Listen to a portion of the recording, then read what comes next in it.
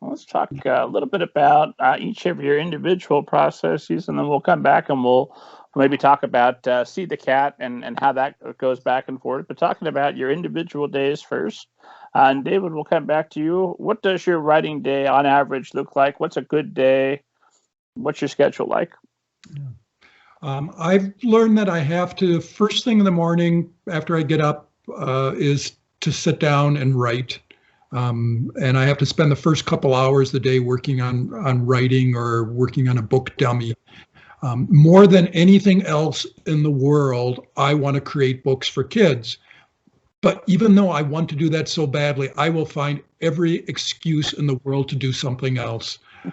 I will, check my email, or I'll do the dishes, or I will straighten the shoes in my closet. And once I turn on my email, I'm gone for the day. I know I'm never going to get back to writing. So I have learned I have to start by writing in the morning, and I'll give myself, sometimes I give myself a couple hours, or sometimes I'll give myself an amount that I have to do. I have to come up with, a page or 3 more scenes, or I'm working on a book dummy now, even though I know I will never be the illustrator for it, but it's helping me work out the ideas, that I'll do like 3 pages of illustrations for it. So once I have that part, the creative part of my day done, several hours, then I go on to the business part, which is whether answering emails or preparing for school visits or other mundane things. What time of day is it by then? Is that you've spent all morning and now it's finally time to check email? About what time? Yeah, sometime afternoon. I'll have after I do my creative stuff in the morning, I'll have lunch, and then I'll go and start checking my email then. Even though by email all the way till noon? Yeah, yes. That is a man of iron will and resolve. I'm in awe. That's amazing. No, that's because I know what's going to happen, Rob, if I don't. If I start looking at email, I'm sunk. It's down the hole I go. And have you managed to avoid the trap of a smartphone that has all your emails waiting for you right there? Mike's going to laugh at this. I'm sure he's laughing. I finally got a real cell phone. I think it's about 2 years ago. Is that about right, Mike? 2.5? Oh, maybe 3. You beat me, David. So I think I'm going on 3 years. So I think you were a few months before me. So I do have a real smartphone now, but as Mike knows, I have not yet learned how to check my email on my smartphone, and Mike keeps threatening to teach me how to do that, and he will one of these days. But so if I'm off someplace, I can't check my email there, which is good, which I think is good. Don't teach him. This is going fantastic. I'm jealous. Yeah. And then Mike, same over to you. What does your ideal workday look like? Yeah, it's pretty similar to David. Every morning I start my day with writing in my journal for about 30 minutes. And then I'm the same way. I have to do my creative writing right away in the morning.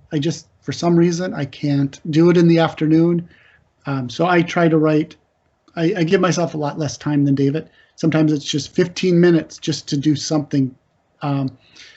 But it's between 15 minutes and 2 hours.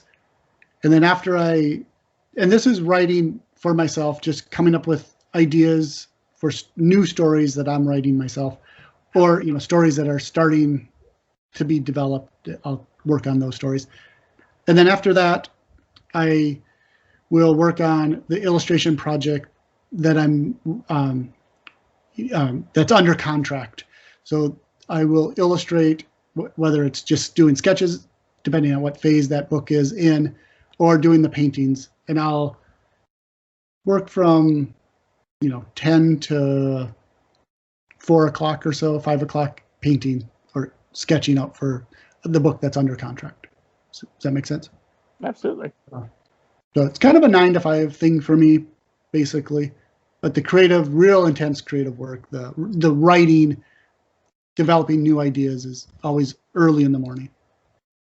And have you got music playing throughout the day? Or are you able to put on C-SPAN or your favorite movie or something while you're painting? Or has it got to be your 100% focus? What's that look like for you? When I'm writing, I can't have any kind of music, or anything going on. I just like silence. But when I'm painting or even sketching on a book, that's, the idea is developed in painting. I like to listen to music, sometimes NPR, but yeah, depending on my mood. So, what would be a favorite CD for you, Mike? I really like, John Prine. He's one of my favorites. He was kind of folky, a little more folky. But sometimes if I'm doing something a little looser, I'll put on some more heavy rock and roll, like The Replacements or something like that. David, while we're at it, what are you listening to music while you're writing? Kind of the same as Mike. If I'm writing, I've got to have it quiet, and I'm too distracted if music is on. But if I'm working on, say, illustrations for a dummy of a book, then like Mike, I can have some background music. Lots of times just really soft music, or I'll stream a station that plays music from the 30s, 40s, and 50s. So that's my era of listening to music. The music he listened to when he was a child. Mike never fails to mention the age difference between us. It was a recent. Shots fired. I think we've come to that disagreement. Yeah, here we go. There's a recent newspaper article, and in the article they recommended, or they mentioned that Mike was a decade younger than I am, and Mike finds every opportunity to mention that he's a decade younger. We both celebrated milestone birthdays this year. Mike turned 50 and I was a decade older than Mike. Well, congratulations to both of you. Thank you. And double the years going forward, because we need more books. So,